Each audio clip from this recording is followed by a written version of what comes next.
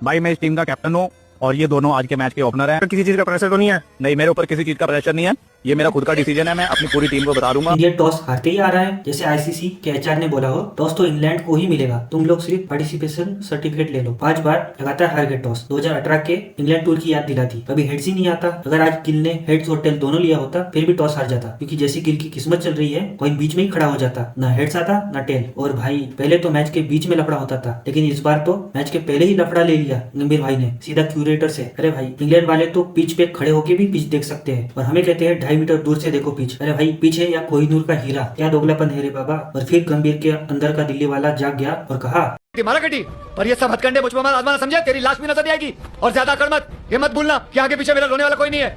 अभी बाहर किसी को कुछ बताना मत, मैं भी किसी को कुछ नहीं बताऊंगा, मैंने तेरे कान के नीचे बचाया, समझे?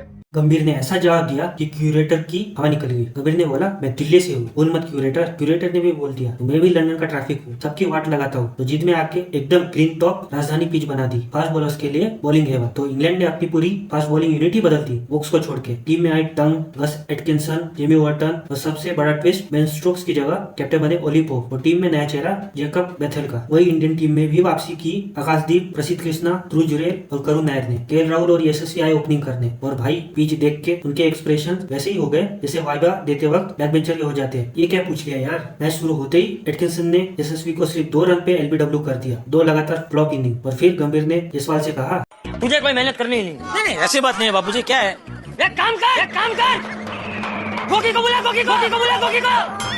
ये लड़का टेस्ट में T20 समझ के खेलता है, पर रन्स बनाना ही भूल जाता है। अंपायर ने नॉट आउट दिया, पर पोप बोला, मैं DRS का धोनी हूँ और रिव्यू ले लिया। तब बोल रहे थे मत ले, पर पोप ने कहा, भैया मैं तो लूंगा। और फिर आउट निकला। 2 आवाज आई, सबको लगा बैट की है, पर दोनों आवाज बैट की निकली। डबल धोखा। फिर आया 9th ओवर। टंग का ओवर इतना लंबा था कि लग रहा था कोई वेब सीरीज चल रही हो। 2 बॉल में तो 22 के 2 चौके दे दिए। कमेंटेटर्स ने भी बोल दिया, जल्दी ओवर खत्म कर, कल सुबह परवेल निकलना है। टंग हर ओवर में 4 बॉल तो गली क्रिकेट वाली डालता है, पर एक तो ऐसी अनप्लेएबल बॉल डाल देता है कि बैटर्स भी कंफ्यूज हो जाते हैं, खेलूं या गिरूं। भाई कोई गिरा दिया। अगले ही ओवर में साई का एक्सप्रेशन ऐसा था जैसे कोई सबवे का रैप गिरा दिया हो। ड्रिंक्स के बाद केएल राहुल भी गया, 3 नोक पे। वोक्स की बॉल पे एज लगा बटैक स्टंप पे और कहा, जिस टाइप के आदमी है ना दादा, उसमें दिक्कत यही है कि हमें खुद नहीं पता कि हम कब क्या करेंगे। इंडिया 38 पे 2, मतलब इंडिया संकट पे। अब पूरी उम्मीद गिल और साई पे थी और दोनों ने संभाल भी लिया कुछ देर तक। पर जब स्कोर 72 पे 2 हुआ तभी बारिश ने बोला, मैं भी खेलूंगा भाई। और हो गया अगली लंच। बारिश ने 1.5 घंटा तक पूरा मैच भिगो दिया। पर जैसे ही मैच शुरू हुआ गिल ने सोचा, मैं तो हुसैन बोल्ट हूँ, पहुंच ही जाऊंगा। पर एटकिंसन का सीधा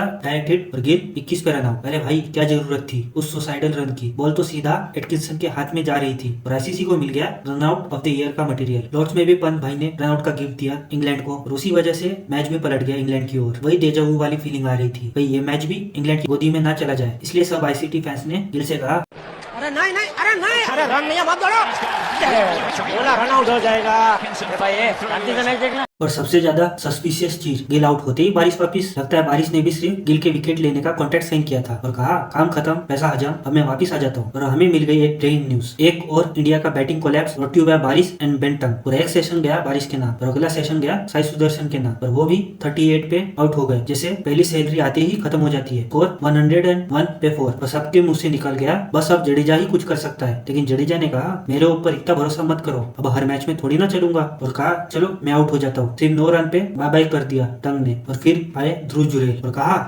हाँ भाई थोड़ा सा बैटिंग दोगे क्या? बेनल्टी सर खाली कीपिंग ही कराते हैं। और फिर करुण नायर पर 2 बार यमराज का साया पड़ा वोक्स के एक ही ओवर में। एक बार रनआउट के फॉर्म में और दूसरी बार इनसाइड एज के फॉर्म में। दोनों बार बच गए मौत से। बॉल जस्ट स्टंप के ऊपर से निकल गई। लेकिन भैया देखते हैं ये लक कब तक चलेगा। पर अगले ही ओवर में ध्रुव जुरेल को लगा रिव्यू ने बचा लिया एक बार और लंबा स्कोर करूंगा। पर भैया अगले बॉल पे एटकिंसन ने कहा, रिव्यू से जान बचा सकते हो तो मुझसे नहीं। 19 पर जुरेल का पैकअप करा दिया और इंडिया का स्कोर 153 पे 6। और सब आईसीटी फैंस ने कहा, भवन हमरे 5 पक्के बल्लेबाज तो गए, हक्का हुई। स्कोरबोर्ड देख के लग रहा था कि किसी स्टेयरकेस में बॉलिंग कर दी हो। फर्स्ट स्टेप पे एक विकेट निकल ही रहा था, पर डे के एंड होने से पहले वोक्स भी स्ट्रोक के बाद अपना कंधा तुड़वा बैठे। इंग्लैंड का फिजियो भी थक गया होगा। आखिर एक बंदा कितनों के कंधे संभाले। लगता है इंग्लैंड के फास्ट बॉलर्स बॉलिंग से ज्यादा ऑर्थोपेडिक हॉस्पिटल में दिखेंगे इस सीरीज के बाद। और फिर हुआ मिरेकल। करुण ने 300 के बाद अपनी पहली टेस्ट 50 मार दी। लोग इमोशनल हो गए। एक बंदा तो टीवी के सामने दिया जलाने लग गया ताकि कि डे एंड तक कोई विकेट न गिरे। और भाई कहा गए वो लोग जो मैच शुरू होने से पहले कह रहे थे इसको क्यों लिया वापिस टीम में। पर मुझे पूरा भरोसा था कि ये रन मारेगा। झूठ बोल रहा है। मिल्खा सिंह, ये आपकी जिंदगी की आखिरी रेस साबित हो सकती है। दौड़ूंगा भी वैसे ही।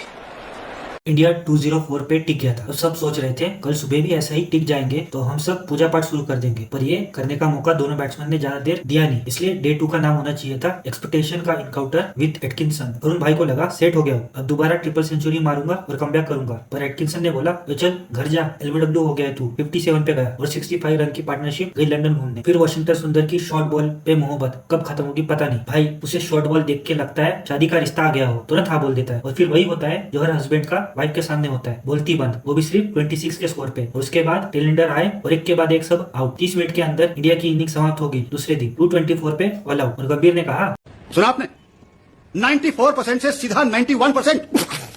आपको मजाक लग रहा है?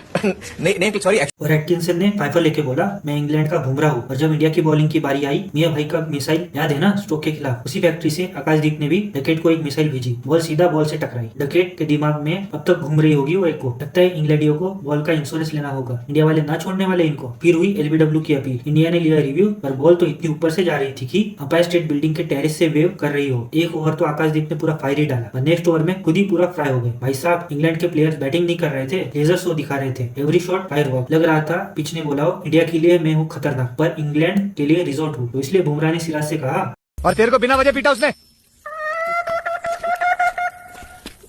कोई वजह नहीं थी भाव, उसने तो आपके माँ बाबूजी को भी 4-5 गालियां दी और मुझे भी 4-5 ठोक दी। उल्टा लगा के देता उन लोगों को। भाई साहब क्या पिटाई चल रही थी। जब तक इंडिया लाइन और लेंथ ढूंढती तब तक इंग्लैंड 6 के रन रेट से बॉलर की बैंड बजा चुके थे, जैसे कि फ्री के बुफे में घुस गए हो। अरे भाई ये पिच किसने हाइक कर ली? जब इंडिया बैटिंग कर रही थी तो ball swing turn break dance कर रही थी। जैसे ही इंग्लैंड आए, पिच ने बोला welcome to highway, no toll, full batting paradise. आखिरकार आकाशदीप ने डकेट को निकाला, बहुत रिवर्सिप मार रहा था और फाइनली आउट हो गया 43 पे। 92 रन की तेज तरार पार्टनरशिप तोड़ी। आकाशदीप डकेट की तो अलग ही दुश्मनी चल रही है, जब भी मिलते हैं डकेट आउट होते हैं आकाशदीप के बॉल पे। और आकाशदीप ने भी फुल मजे लिए डकेट के। क्या बोल रहा था, you can't get me out. Akashdeep ने तो पूरी हवा निकाल दी एक ही बॉल में। और फिर गिल ने कहा, लेकिन वो खुशी बस थोड़ी देर के लिए ही थी, क्योंकि क्रॉली ने 50 ठोक दी और इंग्लैंड लंच पे 109 पे 1। लंच के बाद पोप भाई ने कैच दिया गिफ्ट में, पर साई सुदर्शन ने उसे भी रिजेक्ट कर दिया। बॉल सीधा हाथों में आई थी और वहां से स्लाइड होके नीचे गिर गई, जैसे बटर लगा रखे हो हाथ पे। और उसके बाद प्रसिद्ध कृष्णा ने साई की गलती सुधारी और क्रॉली को 64 पे सीधा घर भेज दिया। दोनों ओपनर्स पवेलियन में चाय पीने चले गए। असली ड्रामा उसके बाद हुआ, प्रसिद्ध वर्सेस रूट। भाई ओवर नहीं, फुल बॉक्सिंग मैच चल रहा था और प्रसिद्ध बोला ज्यादा हीरो मत बन। तभी राहुल भैया का गुस्सा फूटा और कहा, तुम चाहते हो हम क्वाइटली बैटिंग करें, बॉलिंग करें और फिर घर चले जाए? भाई हम न्यू इंडिया वाले हैं, हम शांति से काम नहीं करते, घर में घुस के मार के।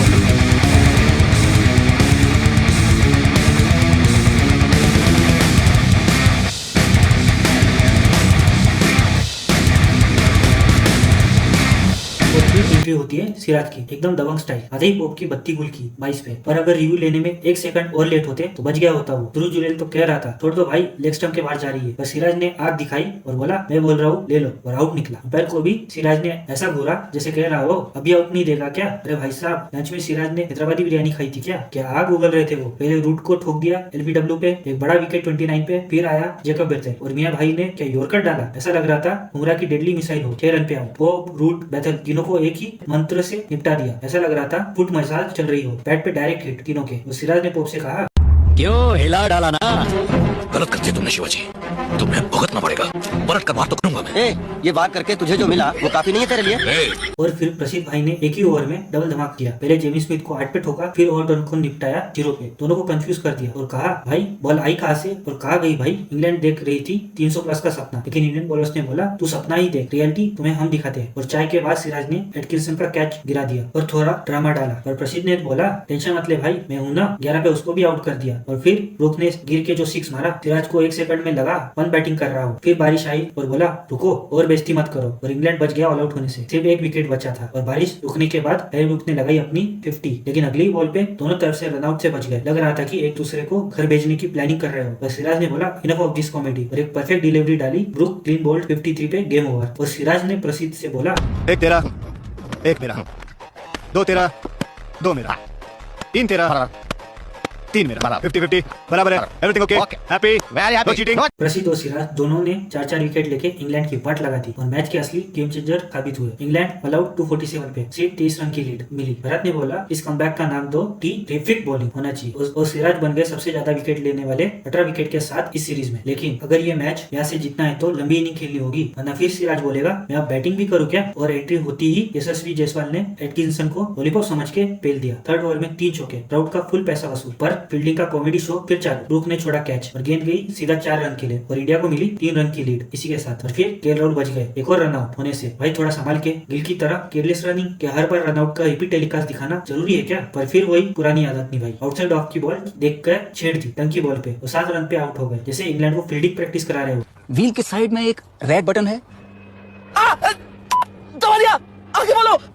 नहीं दबाना था। अरे इंग्लैंडियों, आउट नहीं करना चाहिए था राहुल को। तुम्हारे जिस प्लेयर ने आउट किया है वो सब अस्पताल पहुंच गए। और फिर रनसन ने यशस्वी का इजी कैच छोड़ दिया और बोला बॉल दिखी ही नहीं, बुलेट की स्पीड से आई। और फिर अगले ही ओवर में साई सुदर्शन का भी कैच छोड़ दिया रोली ने। लगता है इंग्लैंड को अपना नाम बदलकर चैरिटी 11 रखना चाहिए। इतने सारे मौके फ्री में दे दिए इंडियन बैटर्स को। पर भाई फिर क्या अपर कट मारा यशस्वी ने, 6 का तमाचा और साथ में अपनी 13th टेस्ट 50 भी कंप्लीट कर दी स्टाइल में। पर यशस्वी के 50 के बाद ही साई ने 11 रन पे पवेलियन की फ्लाइट ले ली। बॉल इतनी तेज से स्किड हुई जैसे कोई एक्सप्रेस ट्रेन निकल गई हो। और गिल ने सुदर्शन से कहा तू आज क्या कर रहा था? तैयारी का वक्त तो बहुत बढ़िया खेलत रहा तू। तैयारी की बात और थी, अब तो हम आपस में खेल रहे हैं। और फिर डकेट और साई के बीच छोटी सी तू में हुई। स्टेडियम थोड़ा बिग बॉस बन गया था। इंडिया 70 पे 2 और नाइट वॉचमैन बन के आए आकाशदीप। आते ही चौके के साथ खाता खोल दिया। भाई स्टार्टर इतना स्पाइसी है तो सोचो बुफे कितना स्पाइसी होगा। अंग्रेजों को तो जला के रख देगा। डे एंड पे इंडिया 75 पे 2 और इंडिया को लीड मिली 52 रन की। और अभी भी मैच बैलेंस्ड है, किसी और भी जा सकता। तो कमेंट में बताओ इंडिया कितने का टारगेट दे पाएगी और कितने रन से जीत पाएगी। और भाई जो इंडियन चैंपियंस ने पुल ऑफ किया WCL सेमीफाइनल से, क्या सही किया या फिर हराकर पाकिस्तान को सबक सिखाना चाहिए था, क्योंकि कुछ ज्यादा ही उछल रहा है ये पाकिस्तान। और क्या इंडिया को एशिया कप में भी पाकिस्तान से मैच नहीं खेलना चाहिए? कमेंट में बताओ। या फिर खेल के उसको उसकी औकात दिखानी चाहिए। रिक्वेस्ट करो, हाथ जोड़ो, विनती करो, प्लीज बोलो, प्लीज मेरे साथ आइए, प्लीज मेरे साथ आइए। हाँ, जवाब नहीं आता